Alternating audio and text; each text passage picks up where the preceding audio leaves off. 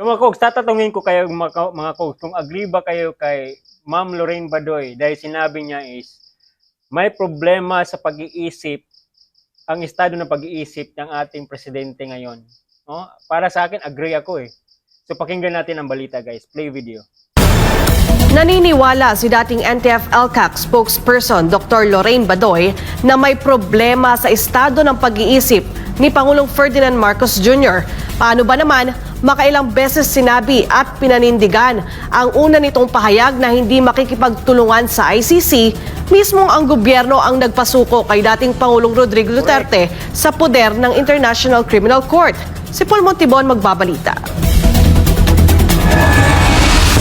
Matapang na kwenesyon ni Dr. Lorraine Badoy ang kawalan ng paninindigan ni Marcos Jr. matapos ang tila magkakasalungat na hakbangin ng kanyang administrasyon sa kabila kasi ng pahayag niyang hindi kikilalanin ng ICC mismong ang mga tauhan ng gobyerno kabilang na ang Philippine National Police at Criminal Investigation and Detection Group ang aktibong nakipagtulungan sa Interpol para isilbi ang umunay warrant of arrest laban kay Duterte. Ayon kay Badoy, posibleng epekto ito ng umunay paggamit ng illegal na droga, isang dahilan kung bakit pabago-bago ang desisyon ng Pangulo at tila hindi nito kayang panindigan ang kanyang mga sinasabi. It's a very clear manifestation of his mental status.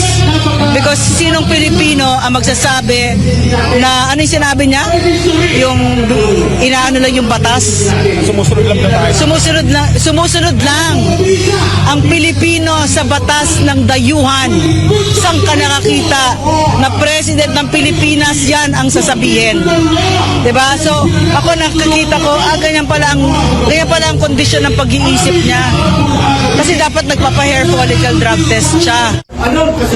Para kay Badoy, kailangang pagbayaran ng Administrasyong Marcos Jr. ang anyay kawalan ng respeto sa batas at sa dating Pangulo na patuloy na minamahal ng milyon-milyong Pilipino maging ng mga lider sa iba't ibang bahagi ng mundo. Walang respeto sa batas ng Pilipinas, sa saligang batas. So, itong dinadaanan ni PRRD, hindi yan ang galing sa Pilipino kasi si PRRD mahal ng Pilipino. Nakita niyo yung sa Hong Kong. Amazing, di ba? And then once again, the trust and approval ratings that has been the envy of every leader in the known democratic world. So, parang for me here, no, si PRRD naawa ako kasi on one hand, matanda na siya. 80. Iniinda niya yung marami sakit ng katawan. Pero ito ang ginawa ni Bongbong Marcos. As I said, walang search warrant. Yung sinasabi niya, no, na ano bang ginawa ko? Kasi dapat kasi ganito yon, Bongbong Marcos. Dapat may warrant of arrest. Number 2, dapat alam nung tatanggalan mo ng kalayaan kung bakit mo ginagawa yan, anong ginawa niya. Ganon sa demokrasya.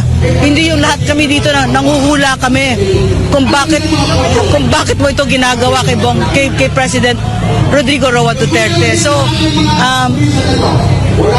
I think maybe this is the price that you pay for being the greatest president that this country has ever had.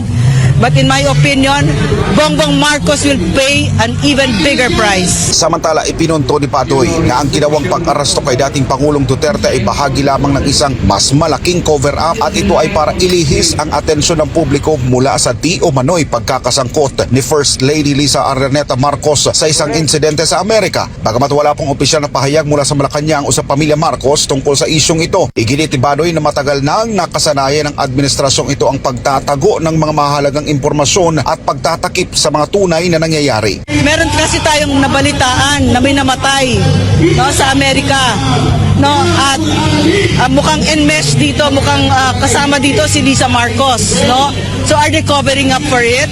Is this what you're doing now to cover it up, 'di ba? So ang hirap kasi sa administrasyon na ito, puro tago. Sa kabila ng lahat, naniniwala si Badoy na malalampasan ni dating Pangulong Duterte ang matinding pagsubok na ito at sa huling pagkakataon, patuloy pa rin niyang iaalay ang kanyang buhay para sa bayan. Si PRRD handang-handa siya dito.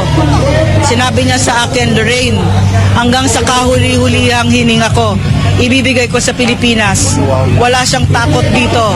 No nasa Hong Kong kami 2 days ago, maraming chances na binigay sa kanya na tatakas siya, hindi na siya uwi. Sabi niya, hindi, uwi ako, haharapin ko. So huwag kayong matakot. Handang-handa ang ating Pangulong Duterte dito. Niyakap na niya ito. So yakapin din natin ito. Sa kabila naman ng mga kontrobersiya at sa usaping bumabalot sa isyong ito, patuloy na sinusubaybayan ng publiko ang bawat hakbang ng administrasyon at ng mga personalidad na sangkot sa pagpapaaresto kay dating Pangulong Rodrigo Duterte at ang mabilis na paghain sa kanya ng International Criminal Court sa The Hague, Netherlands. Habang naghihintay ang bayan ng mga opisyal na pahayag at konkretong aksyon sa naturang isyu, isang bagay ang tiyak, mananatiling mapanuri at mulat ang sambayan ng Pilipino sa mga pangyayaring may direktang epekto sa kinabukasan ng bansa. Para sa Diyos at sa Pilipinas, kumahal, nag-uulat Paul Montebon, SMNI News.